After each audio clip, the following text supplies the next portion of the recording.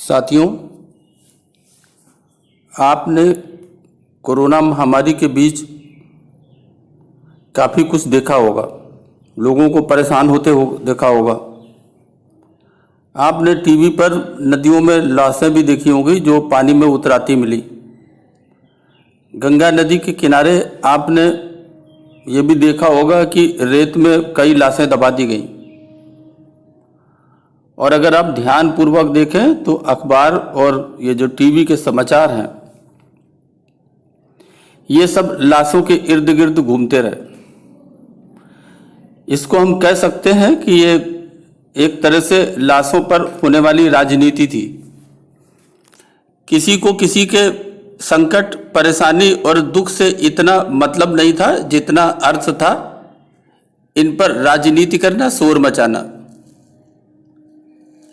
इस समस्या के समाधान के लिए कोई बढ़ चढ़कर आगे नहीं आया, बस केवल समस्याएं ही बताते रहे और सरकारों को दोष देते रहे। साथियों, आज इसी सच्चाई पर चर्चा करने का समय है ताकि इससे कुछ जानकारी मिले।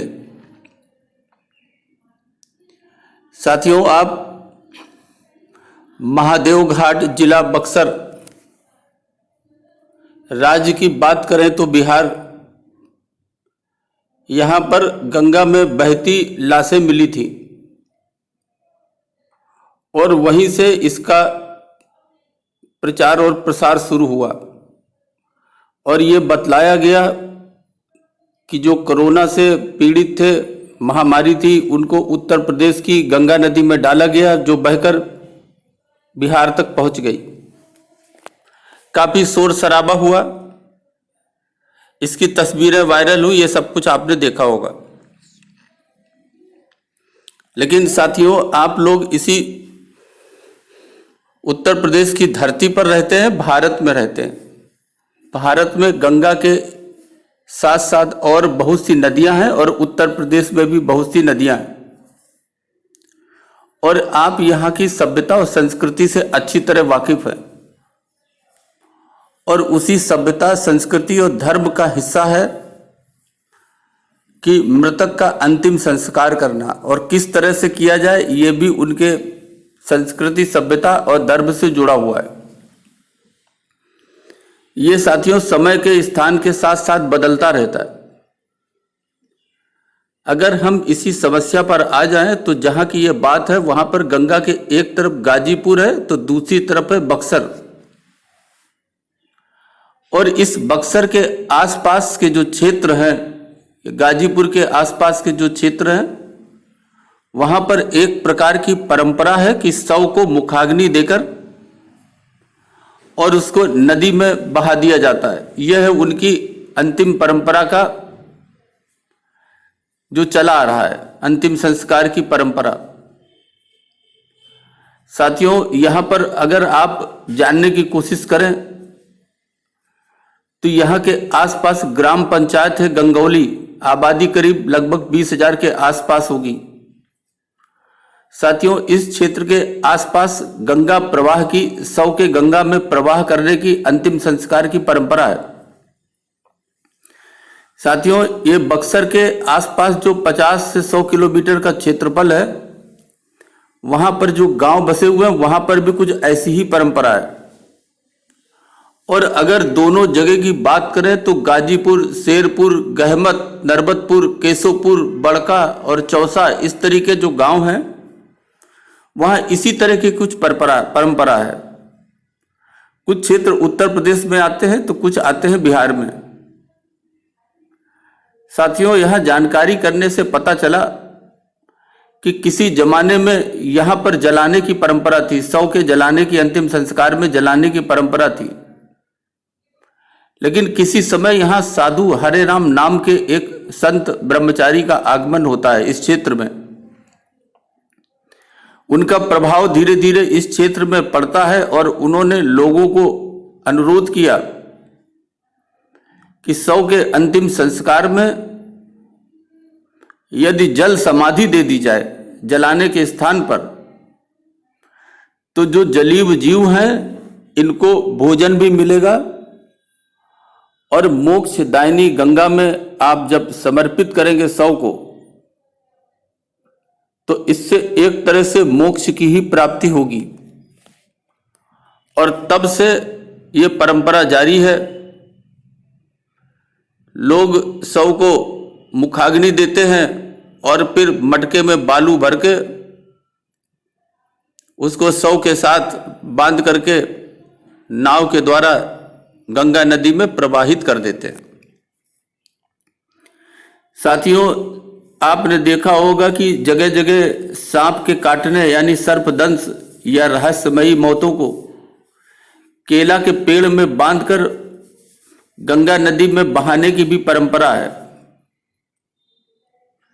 साथियों, वैसे तो हिंदुओं को जलाने की ही परंपरा है भारतवर्ष में, लेकिन कुछ स्थानों में हिंदुओं की भी परंपरा है इनको दफनाने की, और ऐसी दफनाने की गंगा के किनारे। चूंकि गंगा एक पवित्र नदी है, वहां पर अंतिम संस्कार के रूप में मृतक को वहां की बालू में गड्ढा बना करके दफना दिया जाता है। लेकिन साथियों, होता यह है कि जो शव नदी में अंतिम संस्कार में बहा दिए जाते हैं, वो पानी कम होने पर दिखने लगते हैं और कुछ बहाव में किनारे भी आ जाते हैं। लेकिन साथियों, आपने एक बात और देखी होगी कि अधिकांश जगह आपको चित्रों में ये जो कफन है, इसका रंग आपको भगवा दिखा होगा। लेकिन परंपरागत रूप में मृतक के साथ जो कपड़ा लपेटा जाता है, जिसे कफन कहते हैं, अंतिम वस्त्र कहते हैं, उसका रंग सफेद ही होता है। फिर साथियों, ये सफेद रंग बदलकर ये भगवा रंग, ये कुछ सवाल खड़े करता है, कुछ शंका जाहिर करता है। साथियों, एक शंका और जाहिर होती है कि उत्तर प्रदेश में गंगा के अलावा अन्य दूसरी नदियां भी हैं। लेकिन क्या यह समस्या केवल गंगा के साथ ही जुड़ी थी? यदि ऐसी कोई समस्या थी तो वो दूसरे नदियों में भी सामने आती, लेकिन ऐसा नहीं हुआ। दूसरी बात एक यह है कि यह समस्या जगह जगह पूरे प्रदेश में और पूरे देश में थी, लेकिन गंगा के कुछ स्थान विशेष में ही आई, सभी जगह नहीं आई। इसके पीछे भी कई सवाल हैं, और ये सवाल परंपरा के हो सकते हैं। साथियों, ये तो सच है कि महामारी में मृत्यु दर अधिक हुई, मृतकों की संख्या बढ़ी, अनेक समस्याएं आई, लेकिन हुआ वही जो परंपराएं कहती थी। और इन्हीं परंपराओं का फायदा उठाकर लोगों ने राजनीति करने की कोशिश भी की। लेकिन इसके साथ साथियों, एक बात जो ठीक हुई वो थी कि इन परंपराओं को, इन समाचारों के द्वारा जब मालूम हुआ तो सख्ती के साथ रोका गया, नीतिगत फैसले लिए गए, और यही नीतिगत फैसले आधार बने। बढ़ती मौतों पर अंतिम संस्कार की परंपराएं तोड़ी गई और परंपराएं टूटी भी। कब्रिस्तान में जगह नहीं मिली, और जब जगह नहीं मिली तो इन्हें जलाया गया, जबकि जलाने की परंपरा नहीं थी। पारसियों की जलाने की परंपरा नहीं थी, पारसियों को भी अपने अंतिम संस्कार में जलाया गया, मृत शरीर को जलाया गया। साथियों, हिंदुओं ने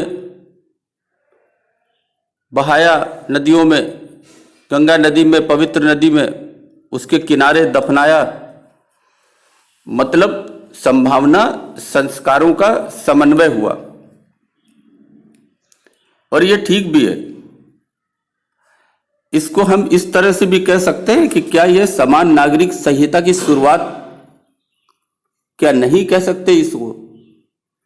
जैसे जैसे समस्याएं विस्फोटक होती, समाधान ही रास्ता बनाएगा इस समान नागरिक संहिता के लिए। अभी तो ये शुरुआत है। साथियों, मैं तमाम ऐसी मौतों पर श्रद्धा सुमन अर्पित करता हूं और इस महामारी से प्रभावित परिवारों को कष्ट सहने की शक्ति प्रदान करने की ईश्वर से प्रार्थना करता हूं और ये भी प्रार्थना करता हूं कि भारत में यदि कॉमन सिविल कोड लागू हो तो अधिकांश समस्याओं का हल होगा। इन्हीं शब्दों के साथ अभी के लिए बस इतना ही। धन्यवाद।